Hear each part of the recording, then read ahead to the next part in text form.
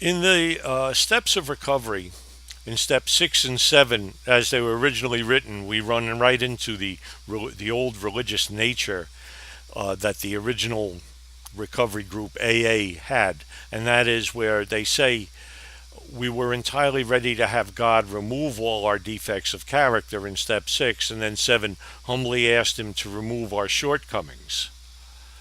Well, it's like you're back in church or something. Really, what step 6 and 7 are dealing with is we have to get ready to get rid of some of our shortcomings because we think they're so much a part of us we don't want to stop doing these things. So, what we have to do is work to rid ourselves of our shortcomings, our flaws, the things, the behaviors we really should be done with. And in step 7, we just start taking action to remove, get rid of, just do away with the defects of character. And how we do that is, as we get rid of something bad, we replace it with something good. But if you think you're going to sit there and wait for God or some troll or spirit, a cacodemon or something to come and remove your defects of character, you're going to be sitting there for a long time with your thumb up your ass. The only way these defects of character are going to move out is if you make them move out. You have to take the action. Real recovery, and I know they say let go and let God, or let go and let whoever you want to believe in. But in real recovery, there's only so much letting go you can do. Like the Quakers say, when you pray, move your feet. You've got to back up your decisions with action. Nothing gets done without you doing it. You're the man or the woman of the hour. So in step 6, to go back to that, first we got to be ready to remove these things. And they might be things, little white lies, little petty stealing, little mischief now and then. Procrastination is a good one. There's a whole bunch of these little things. And there's so much a part of your life, you feel that you can't live without them. But it's like a story I like to quote going back to the Quakers. When William Penn became a Quaker, he was a gentleman. And in those days, when a gentleman always wore a sword, well, a Quaker's a pacifist. And William Penn talked to his leader and said, I know I'm supposed to be a peaceful man, but I feel naked without the sword. I just can't go without it. And the man said, well, you keep wearing it till one day you feel too uncomfortable wearing it, and then you'll get rid of it. In other words, what was acceptable behavior when we were living in that tragic nightmare of our disease, these things become a burden as we become the kind of people we should be, developing a normal, healthy life. An example I like to tell you about is a friend of mine we used to call the Caveman Bill, among other things. And this guy gave the word Neanderthal new dimensions and meaning. Some of this guy did. He had the table manners of a Tyrannosaurus Rex, and his language. Now, we all use these words.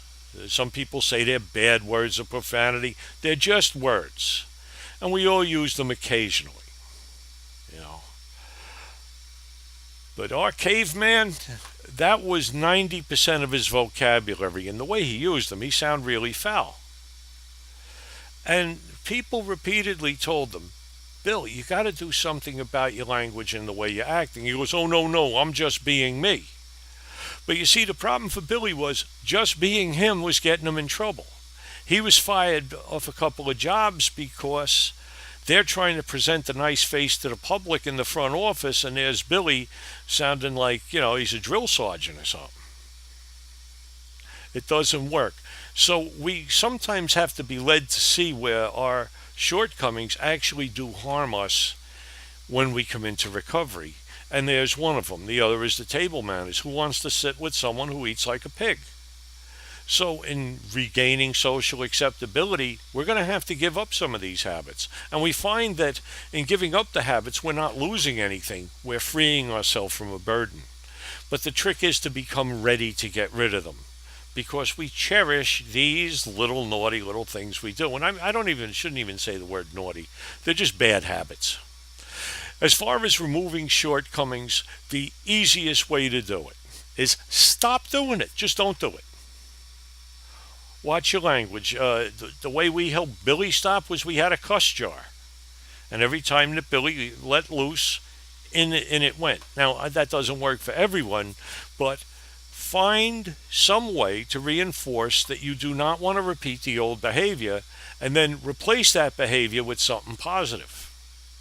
In the case of a potty mouth, learn to speak well, learn to be articulate without those words, without sounding like that. In the case of bad table manners, learn to be a gracious guest at dinner and to enjoy dinner. Learn and develop the skills that counter the old defects. Again, this step as written, it sounds very religious. Now, there's two other things I want to get to. First of all, they use the word humbly. And humility, as used in recovery, isn't the same thing as humiliation or being a doormat. It just means taking an honest perspective of yourself, that you aren't the end-all and be-all of the universe, and also in deflating some of the arrogance that often comes with these diseases. That's all it is. As part of building new habits, sometimes you don't have the feeling for them, but you want to get there. So there was an old saying, act as if. Start acting as if you're into your recovery. Again, cleaning up the language, cleaning up yourself, because people in the throes of the disease often let themselves go. They don't take baths. They're going through the dirty shirts to find the next dirty shirt. They stink. They got that yellowish haze around them. So you start cleaning yourself up. Start cleaning your home and your environment up.